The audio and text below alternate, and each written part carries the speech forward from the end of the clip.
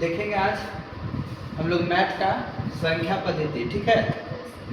यानी इससे पहले हम लोग देखे थे संख्या पद्धति में कुछ, ठीक है। तो यहाँ पर सबसे पहले हम लोग जानेंगे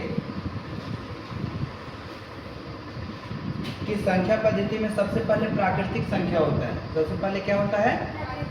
प्राकृतिक संख्या। तो प्राकृतिक संख्या किसको कहेंगे?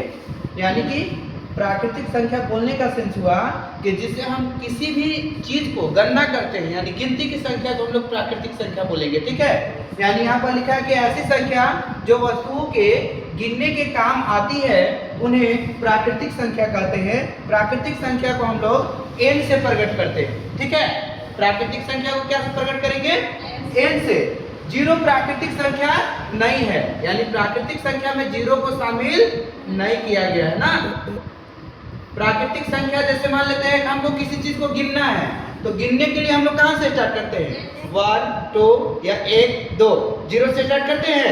नहीं। इसलिए जीरो को प्राकृतिक संख्या में शामिल नहीं किया गया है। n बराबर हम लोग देखेंगे कि 1 हो जाएगा, 2 हो जाएगा, 3 हो जाएगा, 4 हो जाएगा, डॉट हो जाएगा, अनंत तक जाएगा। ये कहाँ तक जाएगा? अनंत तक। यानी प्राकृतिक संख्या पूछ देगा कि सबसे छोटा प्राकृतिक संख्या क्या है, तो 1। सबसे छोटा प्राकृतिक संख्या क्या हो जाएगा? 1, ठीक है। और सबसे बड़ा प्राकृतिक संख्या अनंत होगा। कहाँ होगा उसका कोई हिसाब किताब नहीं है। आगे इसमें देखेंगे दूसरा है पूर्ण संख्या। तो पूर्ण संख्या किसको कहेंगे? यदि प्राकृतिक संख्या में जीरो को शामिल कर लिया जाता है तो वैसी संख्या को हम लोग क्या बोलेंगे? पूर्ण संख्या। प्राकृतिक संख्या में जब जीरो को शामिल कर लिया जाएगा तो उसको क्या बोलेंगे? पूर्ण संख्या। आप पूर्ण संख्या को क्या से डिनोट करते हैं? W से डिनोट करते हैं ना। पूर्ण संख्या को क्या से डिनोट करेंगे? W से। अब यहाँ पर देखेंगे कि जैसे 0 1 2 3 4 डॉट डॉट इंफिनिटी तक जाएगा, यानी कि ज्यादा दूर तक जाएगा, अनंत तक जाएगा। वैसे ही संख्या को हम लोग क्या बोलेंगे?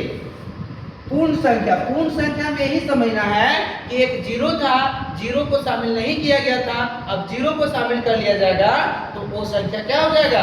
पूरा हो जाएगा। इसका काउंटिंग कहाँ से करेंगे? तो जीरो से स्टार्ट करेंगे, 1 2 3, इसी तरह से डॉट डॉट अनंत तक जाएगा। अब पूछा जाएगा कि सबसे छोटा प्राकृतिक संख्या क्या है, तो क्या हो जाएगा सबसे छोटा प्राकृतिक संख्या? सबसे छोटा प्राकृतिक संख्या 1 होगा। सबसे छोटा पूर्ण संख्या 0 होगा। सबसे छोटा पूर्ण संख्या क्या होगा? 0 होगा। अब आगे देखिए यहाँ पर कि कुछ मुख्य बिंदु दिया हुआ है। मुख्य बिंदु में हम लोग देखेंगे कि सभी पूर्ण संख्या धनात्मक पूर्ण संख्या, परिमेय संख्या, वास्तविक संख्या होती है। सभी प्राकृतिक संख्याएं पूर्ण संख्या होती है। जितनी भी प्राकृतिक संख्या है वो सभी क्या होगा? पूर्ण संख्या होगा। सभी प्राकृतिक संख्या क्या होगा? पूर्ण संख्या। जितने भी प्राकृतिक संख्या हैं वो क्या होंगे? पूर्ण संख्या। लेकिन एक मात्र पूर्ण संख्या 0 है जो कि क्या चीज है? प्राकृतिक संख्या नहीं है। 0 को छोड़ करके जितने भी प्राकृतिक संख्या हैं वो क्या होंगे? पूर्ण संख्या, ठीक है। अब देखिए आगे यहाँ पर देखेंगे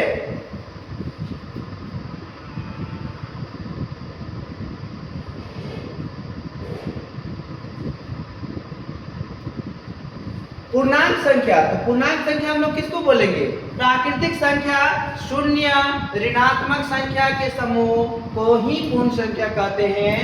और पूर्णांक संख्याओं को अथवा I या Z से प्रकट करते हैं। पूर्णांक संख्या को क्या से डिनोट करेंगे हम लोग? I या Z से। I से भी डिनोट कर सकते हैं और Z से भी कर सकते हैं। अब पूर्ण संख्या में क्या है? पूर्णांक संख्या में तो इसमें माइनस भी शामिल हो जाता है। देखिए पर यहाँ पर कैसे चलेगा? तो चलेगा, देखिएगा कि यहाँ पर मान लेते हैं 0 है, ठीक है।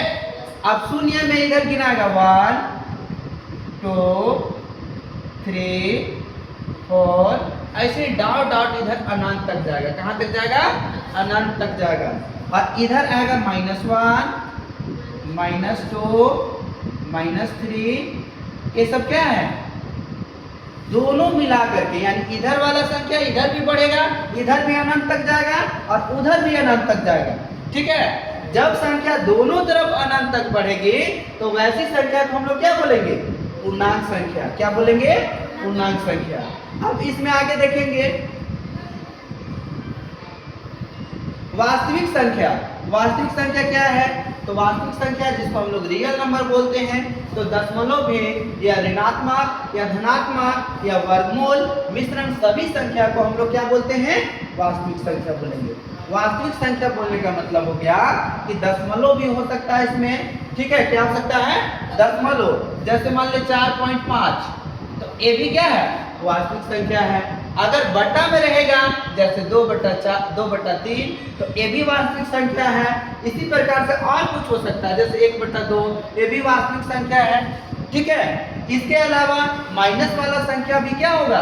वास्तविक संख्या होगा, ठीक है? यानी कि वास्तविक संख्या में दशमलव वाला संख्या भी होगा, भिन्न वाला संख्या भी होगा, माइनस वाला भी संख्या होगा, धनात्मक भी होगा, ऋणात्मक भी होगा। यानी यहाँ माइनस वाला भी संख्या हो सकता है, प्लस वाला भी हो सकता है, और पूर्णांक संख्या यानी कि बटा वाला भी हो सकता है, और दशमलव वाला भी हो सकता है। इसी को हम लोग क्या बोलेंगे? वास्तविक संख्या, ठीक है? क्या बोलेंगे? वास्तविक संख्या। अब यहाँ पर देखिए कि अवास्तविक संख्या, तो अवास्तविक संख्या में आपका क्या आ जाएगा?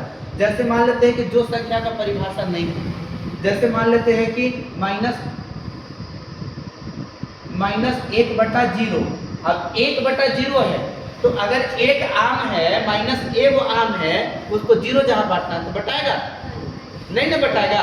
तो ए संख्या को हम लोग अपरिभाषित भी बोलते हैं। क्या बोलते हैं? अपरिभाषित। ये अपरिभाषित भी है। क्या है? अपरिभाषित, ठीक ना? अब यहाँ पर देखिए कि आगे देखते हैं सम संख्या। तो सम संख्या हम जानते हैं कि सम संख्या किसको कहते हैं, ठीक है? इवेंट नंबर यानी सम संख्या। अब सम संख्या किसको बोलेंगे? यानी कि वैसा संख्या जो 2 से पूरी भाग देने पर कट जाता है, वैसे संख्या को हम लोग सम संख्या कहते हैं, ठीक है? सम संख्या का मतलब हुआ कि जो 2 से विभाजित होने वाली प्राकृतिक संख्या सम संख्या कहलाती है। जैसे मान लेते हैं यहाँ पर कि 2, देखिएगा कि 2, 4, 6, 8, 0। इसमें देखिएगा ई सम संख्या है, ये भी सम संख्या है, ये भी सम संख्या है ना? और ई वाला भी सम संख्या है। अब सम संख्या क्यों कहेंगे इसको? तो जो 2 से भाग देने पर पूरा संख्या कट जाएगा उसको सम संख्या कहेंगे।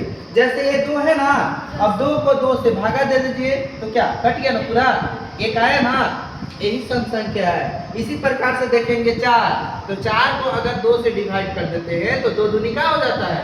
4, यानी पूरी कट गया। जब पूरी कट जाएगा तो वैसे ही संख्या को हम लोग क्या बोलेंगे? सम संख्या। आप देखिएगा यहाँ पर कि एक चीज,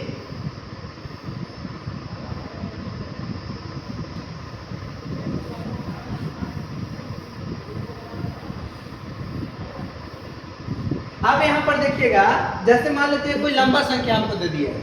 लंबा संख्या हम क्या दे देगा? जैसे मान लेते हैं कि 5 दे दिया है, 3 दे दिया है, 2 दे दिया है, 6 दे दिया है, इतना दे दिया है, 0 दे दिया है। अब इसको कैसे जानेंगे कि ये सम संख्या है? इतना लंबा है तो भागा तो नहीं देंगे, कितना भागा देंगे? इसको हमको जानना है कि सम संख्या क्या है। तो सम संख्या जानने का रूल है कि जिसका इकाई क्या? इकाई की है ना, इसी से करते हैं इकाई अंक क्या हो? तो 0 हो, 2 हो, 4 हो, 6 हो, 8 हो। जिस संख्या का इकाई अंक 2 हो, 4 हो, 6 हो, 8 हो, वैसे संख्या को हम लोग क्या कहते हैं? सम संख्या कहते हैं। क्या कहेंगे?